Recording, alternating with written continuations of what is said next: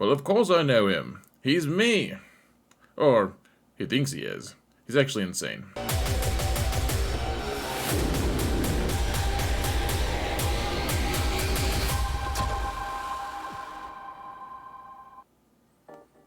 Hello everyone, and welcome to another episode of Xerath Prevails. We're going to talk about big game hunting today, folks, which is my decision-making process for what I'm going to do for my alternate account. It's an 8 million GP alternate account with only 2 Galactic Legends. However, it's a high-functioning account as well, only 2 GLs. I'm facing 4, 5, 6 GLs every single match in Kyber 2, and I'm currently, right now, in this current 5v5 season, I am 4-2, and the only one of the losses was a total awful blowout loss, but the other one was by about 7 banners, something like that. It's very close. And how do I do it? We stay competitive by big game hunting. We don't have a ton of GLs, we have a ton of counters against Galactic Legends, however. And so the question becomes today, should we let ourselves be distracted by the Traya Omicron? Looks really good. At least in GAC, obviously, but traditionally this account hasn't had a good Traya squad. Is it worth derailing ourselves for the Traya Omicron, or should we stick to the prize at hand, which means working on Jabba and his collection of awful requirements that don't really do much for a roster? Let's go into the game and discover that, guys. Remember to hit that thumbs up button if you want to support the channel for free, leave a comment, etc. Whoa, we're in the game madness. Wow. I did not see that coming. Okay. Woo, man, I gotta give myself more of a warning.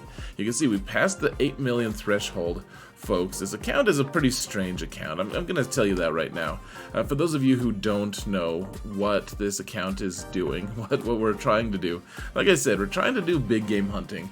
We're also, it's just, I don't know if there's that many accounts out there that could be like this, because it's an alt account. I don't put as much crazy time and effort into it. However, I do work on mods, I do work on a lot of things on it, including I have someone named Sarah. Most of you know Celiac Sarah. She's on my weekly show, Create Expectations, but she runs this account daily, which means I do all the territory battles and all the territory war attacks, all that stuff. Well, she does some here and there, but the big thing, though, folks, is she runs my conquest, and that means that I have oddities such as, even though I only have 2 GLs and they're not Kylo or Rey, I still have a Ben Solo unlocked, and he's been unlocked since the first time he could be unlocked. He's just an oddity because he doesn't go with anyone but Rey, really. Like, he just goes with Starkiller right now. But I have all of the Conquest characters unlocked, and so it's kind of just a strange account, and the question is, how do we continue to stay afloat, keep our head above water in this current climate, and also contribute something to the guild, who is kind of, if we're just being honest, kind of carrying me a little bit. I want to make sure I'm contributing. So last video, we talked about how I had to decide between Supreme Leader Kylo and Jabba. And actually, by the end of the video, I basically told you guys I was going to work on Kylo, because Supreme Leader Kylo is significantly closer in terms of gear-wise. That's good. That's some good Englishing there. Xerath, well played, bud. Guy, whatever your name is. But here's the thing. I've since made a 360. No, I've made a 180. I apologize. Maybe I made a 540. Anyways, one way or another, I am a little bit dizzy, or at least I'm talking like I am. And the final decision was that I would go for Jabba, because why wait on those really awesome rewards? Like, there's the Smuggler's Run 2 rewards that you get every 10 days or so, which are just really, really strong. You're also going to be able to contribute to massive numbers of waves in the current territory battle that none of, like, even if we get Kylo can do dark side battles. Even if he gets 2 out of 2 waves every single time, you can't participate in the Jabba waves unless you have Jabba himself. He's also someone who's going to be helpful on a lot of different teams. He's also the new hotness, and he's a timeout character. There's so many good things about Jabba that I decided to go for him instead of Kylo. Unfortunately, I would love to get Kylo. I'd love to get his fleet up and running, and I just can't. The other big thing, guys, is working on Inquisition. And so, right now, we're working on trying to get Grand Inquisitor unlocked, and we're trying to get ready for the Riva mission as well, so that I'm actually contributing to my guild. And so that was what I was working on last time. That's why I clicked on this November tab. This December tab here, however, so you can see we're working on Inquisition right now. That's the #1 priority. I don't know if I'll be ready for Riva in time, frankly, because I'm gonna have to unlock Grand Inquisitor, and I'm gonna have to get Relic 7 on 5th Brother and probably 8th Brother and Grand Inquisitor, and it's a lot. It's quite a bit for this account, and you know, I only have what, 1.5 weeks, something like that, to get there. Maybe I can get there. I don't know. Grand Inquisitor is in a week. We should be able to unlock him, no problem, especially with the bonus relic levels that I'm placing on these guys. But on top of that, what gear I have to spare, because I'm hoarding for Grand Inquisitor, what gear I have to spare has been stashed onto the various Jabba requirements. Now, Boosh and Skiff Guard Lando are also being farmed as quickly as possible. You can see Skiff Guard Lando is just about to 6 stars, and Boosh is not that far behind him. Chrysanthemum is going to be a problem because he's Cantina, and I need signal data. However, we're working on all of this, folks, and let me just show you here, actually. I'll show you the journey guide. On the journey guide, this is how close I am to getting Jabba. Like, not too far, not too close, not too far, whatever. Like, making progress, you know? It's not too bad, honestly, really. Like, a lot of gear 11s here. Jawa's just about to take the plunge into gear 13. Aura Seeing is slowly getting her relic levels.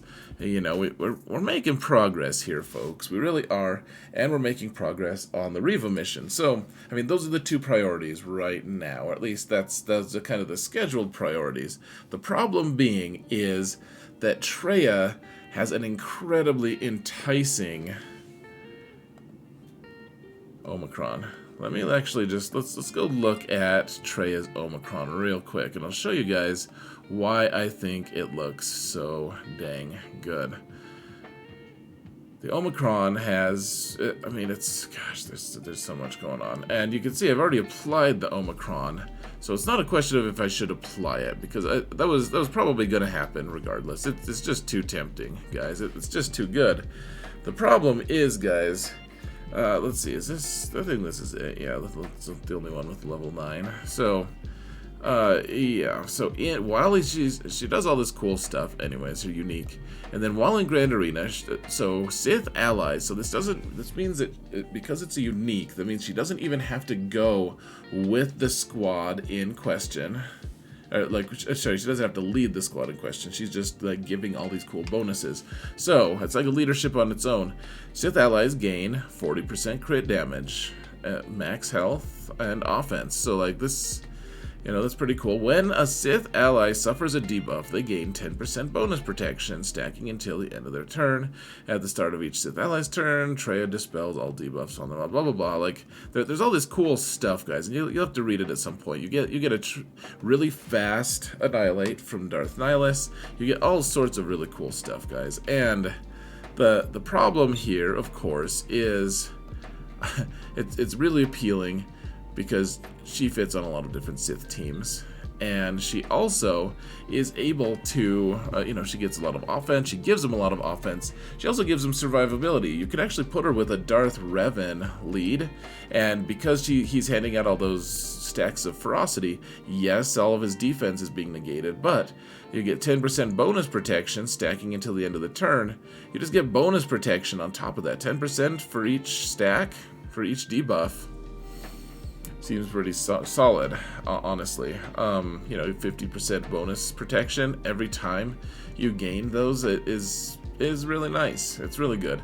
And The other big thing, guys, is, and I don't have time to explain all of this, and I don't fully understand it anyways, is if I got this team up to Relic 7 or 8, somewhere around there, which I realize is a pretty big investment, if I did get them up to that level, though, they could actually have a decent chance of beating Lord Vader squads, or at least killing all of the ads, which is the thing that we're looking for right now on this account. Like, how can we consistently beat Lord Vader, or maybe we could kill Jabba doing that, you know, killing all of the ads. And that's an important aspect, guys, because as we continue to march forward, all of our opponents right now have Lord Vader.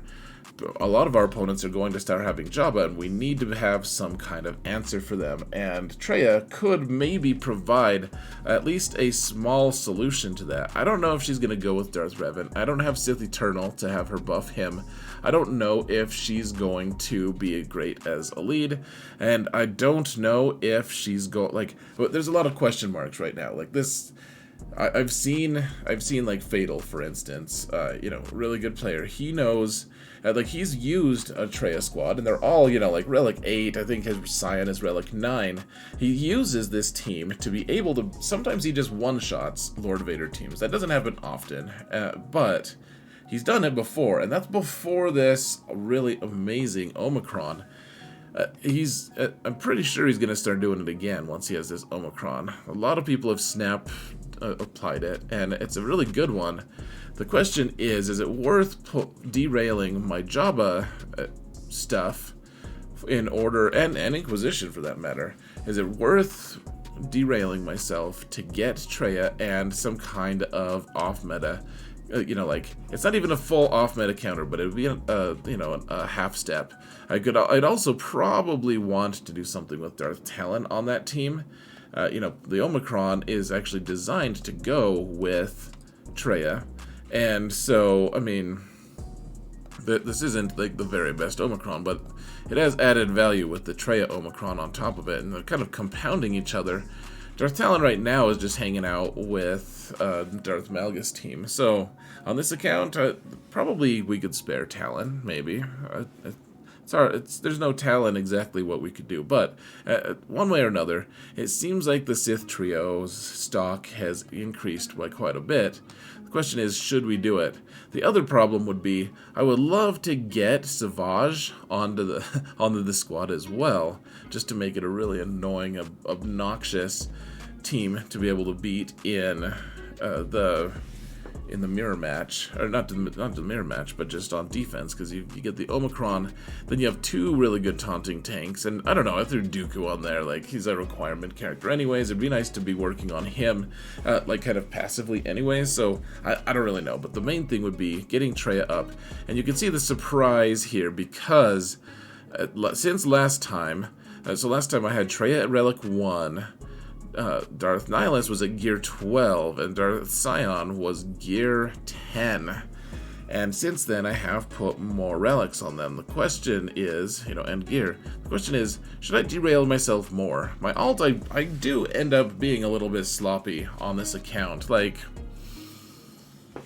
I do get derailed a little bit, and you can see, like, I'm just impulsive. I was like, oh man, I think I have a clear shot to get Darth Scion up to gear 13 and Nihilus up to 13. All right, fine. I'll get Relic, Sith Trio. So now I have the Omicron on, and I don't know. Should I continue to go all the way and try to just get Darth Traya up to Relic 7 so that I can start countering Lord Vader's? The question. So that's the question. Who is next, folks? Do we work on Grand Inquisitor requirements? Do we work on Traya or Jabba, or do I just get myself derailed completely by Dr. Aphra? Now, I mean, we're not going to work on Aphra right now, though she is a consideration for later, I think.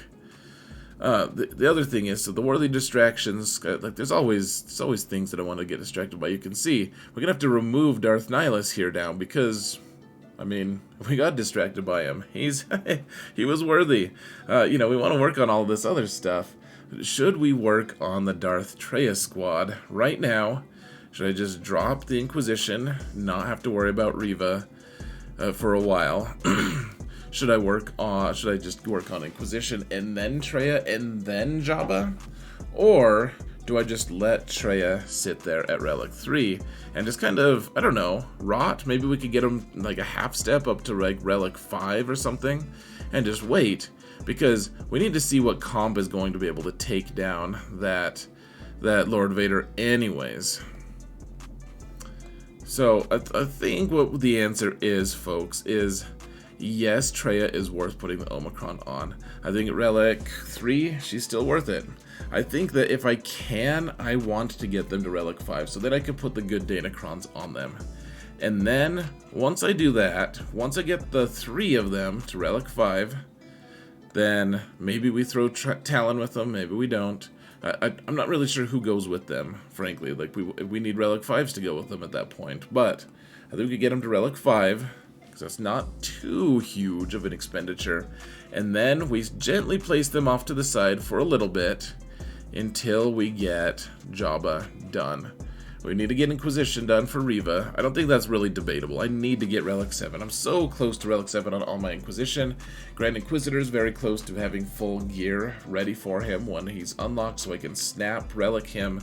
And beyond that, I think that we need to just focus on Jabba. Jabba is just too, like, it's too immersive of a project. The problem is, Jabba's also going to take forever, because once he's done, he's not done. Like, we'll end up getting him, unlocked and everything. That'll be wonderful. Everyone will rejoice. Hallelujah, wonderful. So glad we have Jabba. And then we're gonna have to add a ton of relic levels. Chrysanthemum's like, he's Relic 5. He needs to be Relic 8 or 9. Jabba needs to be Relic 8 or 9. Gamorrean Guard needs to be Relic 7, 8, or 9, etc. Boosh wants to be 8. Skanda wants to be 8, and those are nowhere near the required levels. And so Jabba's gonna be such a crazy long haul project. We might be able to just pause on Jabba once we've gotten him unlocked. Maybe then we can explore the Traya Omicron.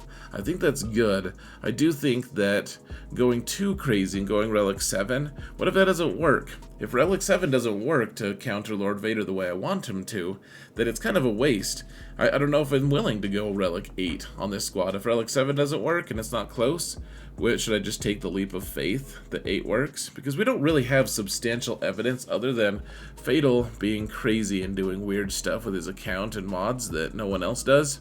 Otherwise, I guess we'll see. We'll see what happens, but I think at the end of the day, folks, yes, the Traya Omicron is worth applying almost at any level, especially if you have them relicked. I think even just on defense, they're going to be obnoxious as hell, if I'm just being honest. I think they will be very obnoxious with this Omicron, or really effective on offense for that matter. But other than that, I think that we can be a little more focused. We're not guaranteed that Traya is going to be killing all sorts of awesome stuff. However, we are a little bit guaranteed that Jabba is going to be pounding people in the hindquarters all the time, or at least just rolling there and pretending like he's dead, but he's not, and not getting cleared. I think that is going to be more important for this account, having a really strong bastion of defense that people really have to worry about.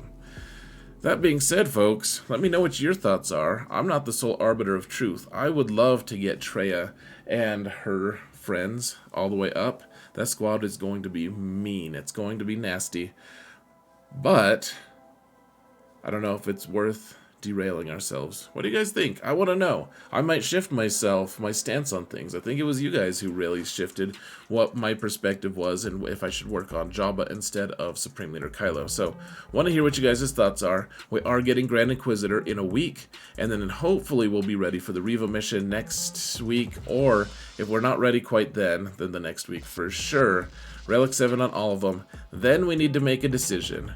Do we go Traya Relic 7? Or do we just focus on our Jabba?